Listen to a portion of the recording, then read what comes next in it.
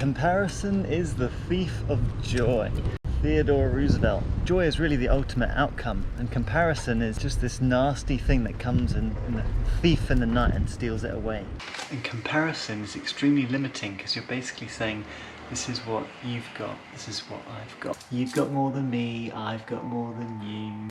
It's almost always regarding material possessions and completely neglects spirituality, connection to nature, or anything that really truly matters.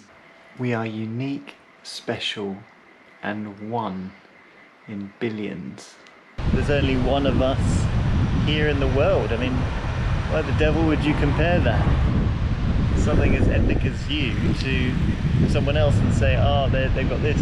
Well, you've got you, and they can never have that.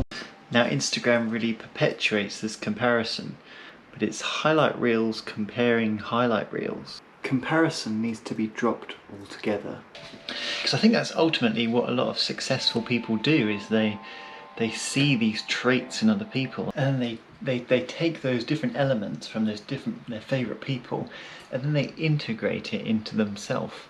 So they themselves they level up because they've now gained these traits from other successful people, making them more successful.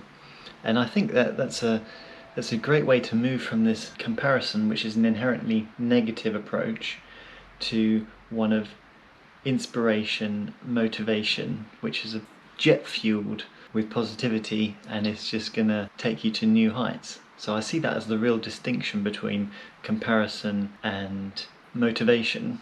One pulls you down and the other raises you up. It's choosing, I want to live a life that is positive rather than one that is negative. Often we compare our beginning to someone else's end. So we might be at a different stage in the journey to them.